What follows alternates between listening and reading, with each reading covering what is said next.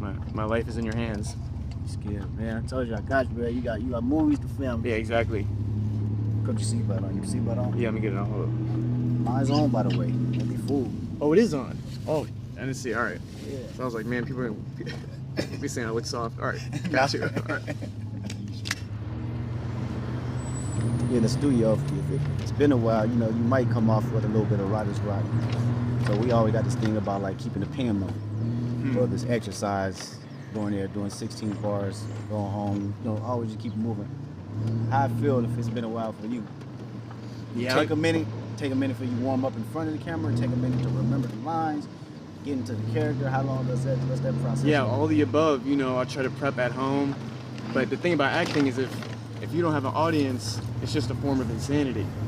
You know, then you're just, what are you doing? You know, so I'll definitely try to warm up and then, you know, lose that self-consciousness when you finally get back out there. Yeah. But that takes time. You know, I always try to embrace failure. You were talking about that the other day. You know, that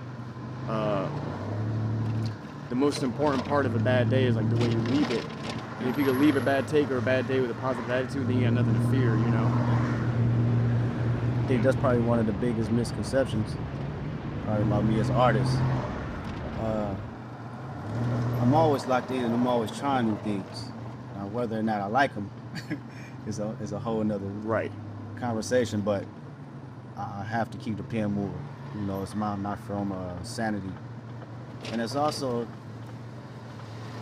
has given me the opportunity to learn myself.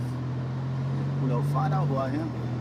You mean through the styles of expression or the actual lyricism or everything? I mean, because when we write, man, you got to sit and go through the emotions and be vulnerable about it. You know, whether it's a fun song or sad or, you know, got some type of depth or not. These are still relatively your personality, you know, pushing through. And so a lot of these records I write, man, a lot of stuff I probably would never express or even known about myself if it wasn't for an instrumental behind it. With my projects, it always be that one record I feel like that I want everyone to hear, you know what I'm saying? In order to push the narrative or just the message and the tone that I want to get across.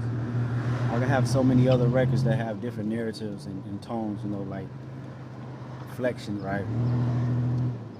To preserve a space for that one that I want everyone to hear, that's what pushes me, man. That's why I like The Man at the Garden and even the fact that it's at the top of the record.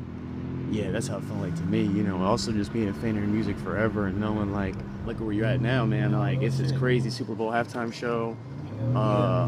And you just keep climbing, bro. It's like amazing. Appreciate it, man. I mean that, bro. Yeah. Man in the Garden, I mean every word on that motherfucker, man. That's probably the easiest record to write. You know? And I figured out who I am in this present moment, you know?